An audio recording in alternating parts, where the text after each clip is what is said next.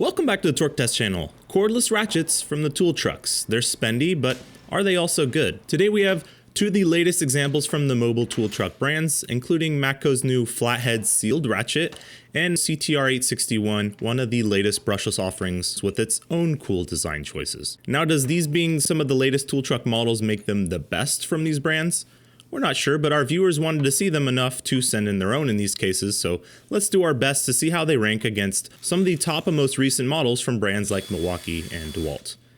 This is the Matco MCL 1638 SRG, G being for green in this case, that was provided by Michael in Florida. It's a 16-volt ratchet on Matco's Infinium line that we also own various tools under, including their 20-volt high torque that feels like a sweetheart but is more punishing than your ex-girlfriend's drunken voicemail. And it's claiming to bring a bit of that here with 70 foot-pounds and 260 RPM, both of those being on the high end of the specs, but obviously focusing more on torque as it's not a high-speed ratchet. This one goes for a full $360 bare, which compared to the Milwaukee, who don't have ratchets I'd call cheap, is a pretty penny. The Matco being sort of an extended, inherently by design sort of shape, and it being a higher torque model compares most directly to our M12 2560, which is rated for both less torque and less RPM than the Matco, but also going for around $250, so that's less as well. For your money, on the green tool, you do get some cool features you'd be hard pressed to find many places, including a slim head design that follows much of the length of the tools. Some ratchets do well in the measurements and therefore in our rankings, but are sort of cheating by the body then immediately being in the way after that head shape. This ratchet for the torque level is both slim and provides some real access with the length of that slimness. My favorite feature here though is this forward reverse selector that works like most traditional hand ratchets we're used to, an actual toggle lever rather than the dainty finger pinching thing you need to do with most other slim head designs that can be impossible with gloves on at times. This is a very welcome advantage, and internally, as you've been looking at, requires a very different mechanism, so that may help justify some of that extra cost. So let's see how it stacks up against the high torque M12 it compares to on the Gauntlet. We're also going to be comparing to the high speed M12 coming up. The Gauntlet is a collection of increasingly larger bolts and nylon lock nuts the ratchet is tasked with threading down, representing some rusties and crusties your ratchet would need to power through. Each tool receives all new hardware, and we also have various torque levels of nuts here that they need to remove as well, with the highest being at the end. The more arm intervention a tool requires, the more that slows down their time, like it would be slowing you down. M12 is on top, Matco is on bottom.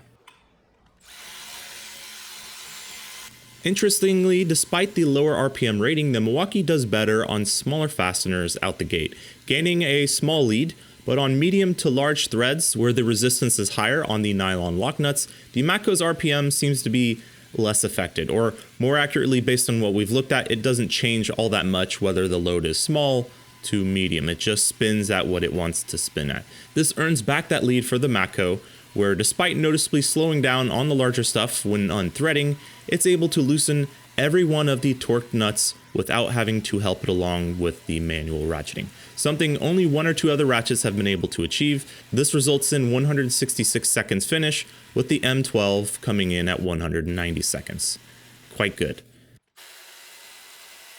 Our next ratchet somehow pushes the price up even further. It's the Snap-On CTR861 sent to us by viewer Kyle in Washington. It's a 14.4 volt model, which basically means 16 volts, and it's also $422 as a bare tool. It is made in USA instead of Taiwan like the Matco, so maybe that's some of the difference you're paying for. But really, in our ratchet ranking, I mean, it still gets the max points of 50 here, like the Matco, for its price. Points being something you don't want on this list. We usually avoid this sort of having to set maxes by making price a function of performance, but that math works out much less clean when points are something you don't want here, so it gets 50. The lighting on this one is pretty trick. Most ratchets, if they have a light, seem to just check that box off the features, and they're pretty useless. This puts a lot of light out and all around the tool, and that light is a warmer color as well, less harsh. A welcome addition, I think. The trigger on this ratchet is also, and everyone we hand it to agrees, way better than a lever throttle. More comfortable, less effort to operate, and just feels more natural.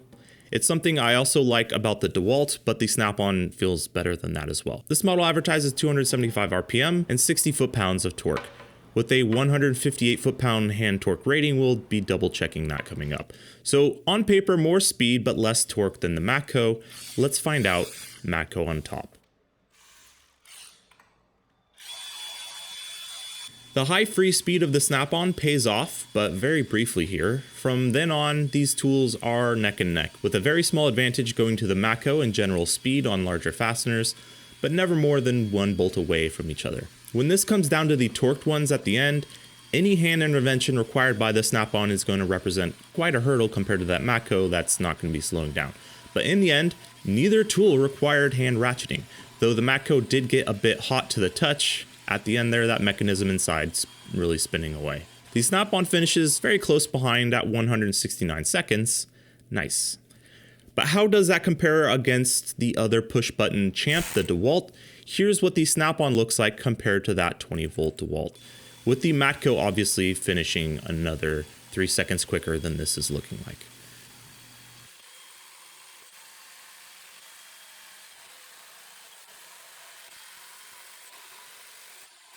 Now the problem is DeWalt's 12-volt model does even better than this, and the M12 high speed is, well, yeah, you guessed it, speedier. Finishing the gauntlet here versus the Matco on screen in 100 seconds flat, but that model does make pretty weak torque. Here's what things look like so far. The Matco and Snap-On ratchets get 34 and 27 points as a function of their weight, the Matco not really having another length or size option on the model, doing it a bit of a disservice here. Then in that head size, their sort of cross-sectional area dimension, the Matco is slimmer and wider and the Snap-On is thicker but narrower, resulting in a similar score of 31 and 32. Remembering you don't want points here. So these are both faster than the M12 higher torque ratchet, similar speed to the 20-volt DeWalt, and slower than the M12 high speed, but hopefully they also make more torque than that to help chip away at this score. Let's take a look. Set up for a reverse and calibrated with a torque wrench, the Matco makes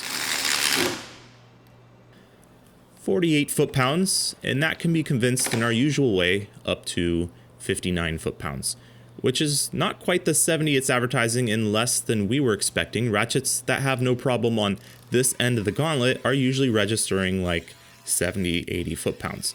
It can, though, be used by hand well past that, and we like to see this for tools that can be used as a hand tool, that they can be pushed to the limits that you'd expect from 3/8 driven fasteners, and it makes it well into the 170s without a scratch, though sometimes annoyingly one side of the battery release tab might get pushed down and unclip from your palm pushing on the end of the tool. It's stout though. Next up is a Snap-On. The CTR 861 makes 45 foot-pounds, with some sprinkled on top of that as high as 55 foot-pounds out of these 60 advertises, so close enough.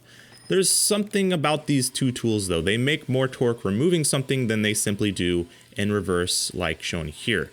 Not easy to measure, they bolt break away as it will change based on thread size and pitch, but it's like the opposite of the Ryobi high speed we tested. That did super well when testing torque, but needed hand intervention more often when loosening these things. But something these both can do much better than the Ryobi is reaching those high numbers when used by hand. The Snap-On is saying it can take exactly 158 foot-pounds. That seems like a very precise figure. Doesn't even cleanly convert to Newton meters. Does it just then break and we gotta buy a replacement for Kyle once his dealer sees this video? Nope, we found the limitation is really just lack of leverage. At this point, the whole tool flexes and rebounds. It's not gonna go much beyond this without some custom cheater bar made for its use.